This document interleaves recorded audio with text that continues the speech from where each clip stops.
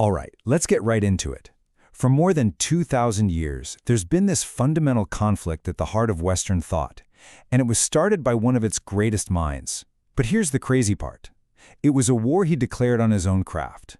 Today, we're going to unpack Plato's pretty shocking, all-out assault on poetry and rhetoric, a fight that really makes you question the nature of truth, art, and influence itself. You know, this famous line from Plato's masterpiece, The Republic?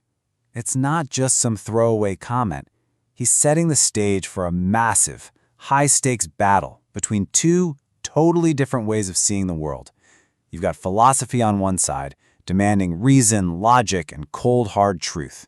And on the other, you have poetry, which was the cultural and educational powerhouse of ancient Greece.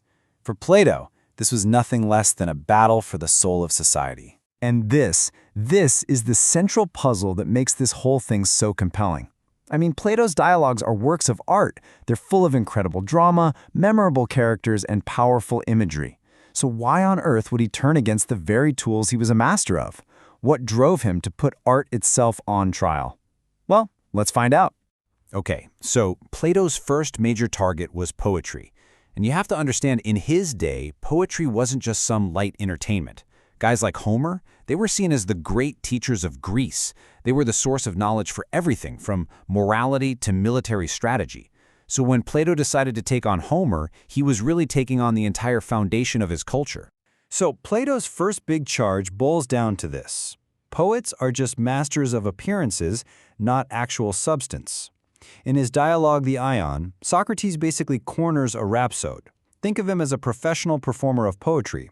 And he argues that even though this guy, Ion, can recite Homer's lines about being a general with incredible passion, he doesn't actually have the true skill, the technique, of a general.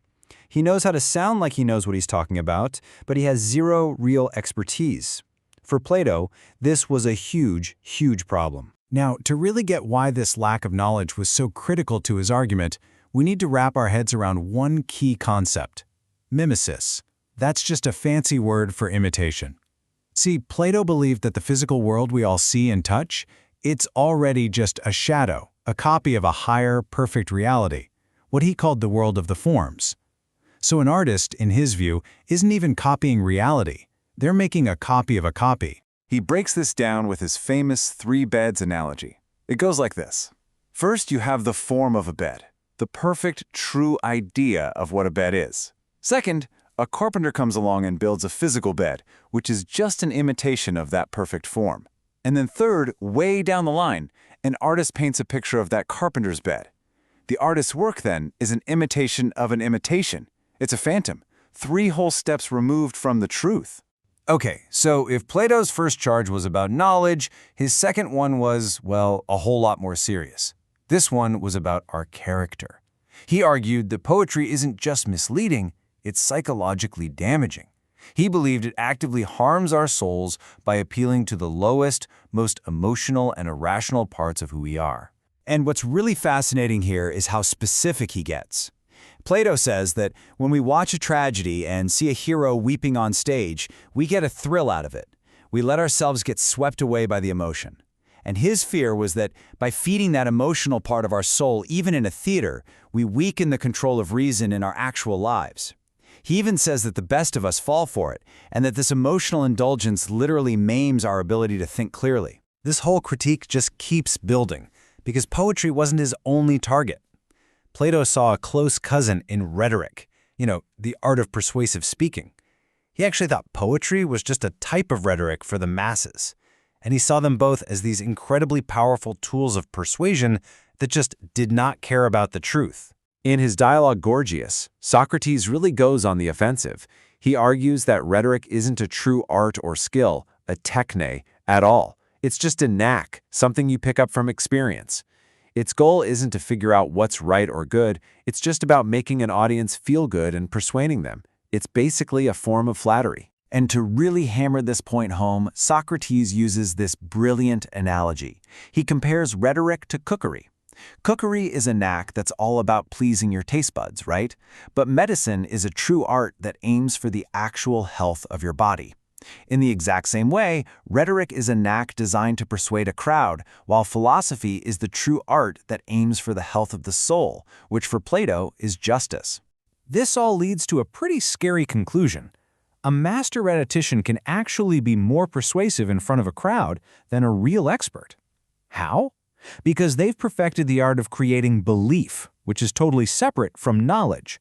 It's a tool for winning, for gaining power, not for finding wisdom or getting to the truth. But here's the thing about Plato. He doesn't just tear things down. He always offers an alternative. He believed there could be a noble kind of rhetoric, a true art of speaking. But let me tell you, the standards he set for it were incredibly high. According to Plato, if you want to be a true orator, you first have to be a philosopher. It's non-negotiable. You have to know the absolute truth of what you're talking about.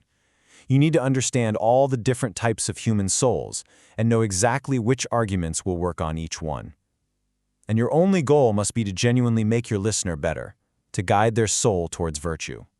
So in the end, for Plato, the only true rhetoric is philosophy itself. So all of this brings us to the final and, for my money, the most mind-bending paradox at the heart of everything we've talked about. After launching this absolutely devastating takedown of both poetry and rhetoric, Plato does something, well, you just have to see it. His final judgment in the Republic is just severe. To protect the citizens of his perfect city and make sure that reason is always in charge, the imitative poets, they have to be exiled, kicked out. He concludes that poetry just can't be taken seriously as something that gets at the truth. It's a shocking verdict. And yet, look at Plato's own writing. His dialogues are not some dry, boring textbooks. They are dramas. He creates these unforgettable characters, especially Socrates. He tells us powerful, world-changing myths like the allegory of the cave. And he uses the most brilliant, persuasive rhetoric you can imagine to argue against rhetoric. By any standard, the man was a supreme literary artist. So we are left with this huge, lingering question. Was Plato a hypocrite, or was he doing something much, much more clever? Is it possible that he mastered the power of art and rhetoric specifically to warn us about their seductive dangers? It's like he used art's own weapons against itself.